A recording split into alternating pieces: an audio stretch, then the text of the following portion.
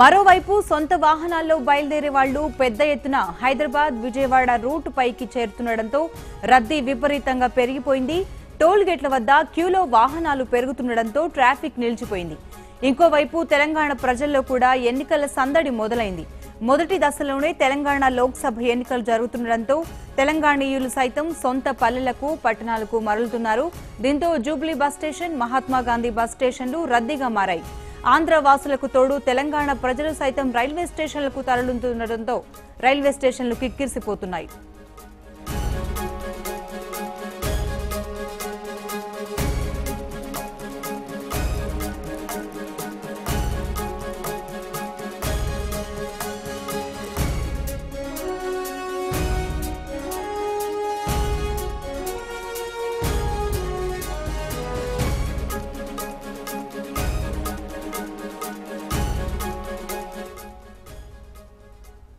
Right, ఇక ఎన్నికల ఏర్పాట్ల గురించి ప్రయాణికుల రద్దీకి సంబంధించిన అప్డేట్స్ మా ప్రతినిధి విజయవాడ నుంచి విజయసారథి అందిస్తారు. విజయసారథి, చెప్పండి, ప్రయాణికుల రద్దీ ఎలా ఉంది?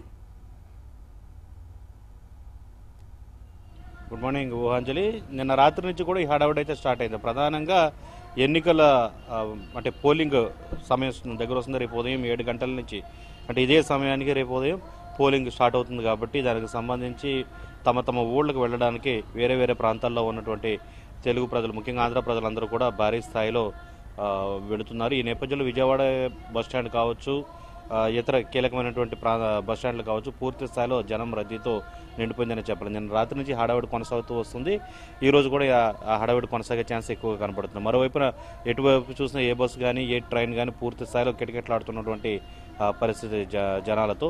మరోవైపు తెలంగాణ వైపు కూడా అదే పరిస్థితి కనబడుతుంది. అక్కడ కూడా ఒకే విడతలో 17 కాన్స్టిట్యున్సీస్, ఎంపీ కాన్స్టిట్యున్సీస్కి ఎన్నికలు ఉన్నాయి కాబట్టి అక్కడ కూడా అత్యంత ప్రతిష్టాత్మకంగా అన్ని పార్టీలు భావిస్తున్నాయి కాబట్టి అక్కడ కూడా ఇదే పరిస్థితి కనబడుతుంది. ముఖ్యంగా టోల్ గేట్ల వద్ద పరిస్థితి పూర్తి స్థాయిలో రద్దీగా కనబడుతుంది. ఇప్పటికే డబ్బు కూడా భారీ స్థాయిలో పంపిణీ అవుతున్నట్టుగా కనబడుతుంది. ఒక ఆంధ్రప్రదేశ్కు సంబంధించి 104 కోట్ల రూపాయల వరకు నగదు, 25 కోట్ల రూపాయల విలువైనటువంటి మద్యాన్ని ఇంతవరకు సీజ్ చేసినట్టు ఎలక్షన్ కమిషనర్, ఎన్నికల ప్రధాన అధికారి గోపాలకృష్ణ ద్వివేది అధికారికంగా నేను ప్రకటించడం జరిగింది.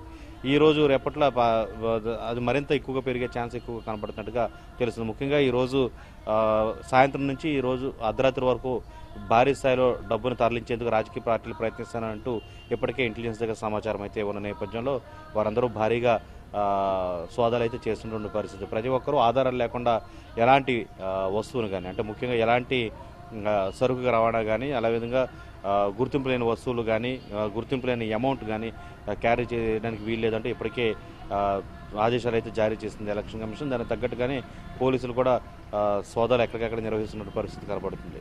ఇక మరోవైపు పూర్తి స్థాయిలో ఎన్నికల ప్రక్రియకు సంబంధించినటువంటి ఏర్పాట్లు కూడా పూర్తయ్యాయి. ఇప్పటికే రిమోట్ ఏరియాల దగ్గర, ఇక్కడ వైజాగ్ జిల్లాలో ఉన్నటువంటి రిమోట్ ఏరియాలకి ఇప్పటికే పోలింగ్ సిబ్బంది చేరిన పరిస్థితి మనం చూడొచ్చు. మరోవైపున రాష్ట్రానికి సంబంధించి మిగిలిన ప్రాంతాల్లో కూడా పూర్తి స్థాయిలో ఏర్పాట్లన్నీ కూడా పూర్తయ్యాయి. దాదాపు ఎగ్జాక్ట్గా చెప్పాలంటే 45,920 పోలింగ్ స్టేషన్లు ఏర్పాటు చేశారు.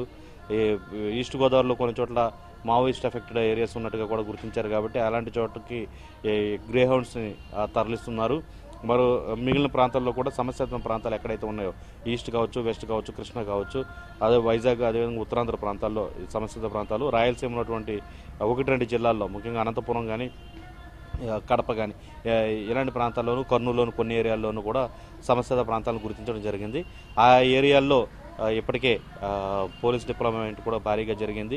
అయితే నిజానికి అనుకున్న దానికంటే కూడా, కావాల్సిన దానికంటే కూడా కొంత పోలీసుల సంఖ్య కూడా తక్కువ ఉన్న నేపథ్యంలో దానికి తగ్గట్టుగానే కర్ణాటక స్టేట్ పోలీసులను కానీ, ట్రైనీ ఆఫీసర్లని, అదేవిధంగా ఎన్సీసీని కూడా ఎన్నికల ప్రక్రియ కోసం వాడుకుంటున్నాం సిబ్బంది కానీ నిన్న ఎలక్షన్ కమిషన్ ప్రకటించింది కాబట్టి దానికి తగ్గట్టుగానే ఆ భర్తీ అయితే చేసుకున్నారు. అయినప్పటికీ కూడా కొంత పోలీస్ సిబ్బంది తక్కువ అయితే కనబడుతుంది. ఓవరాల్గా మొత్తం 85,000 మంది వరకు కూడా సిబ్బంది ఈ ఎన్నికల ప్రక్రియలో పాల్గొంటున్నారని కూడా వివరాలు అయితే వస్తున్నాయి.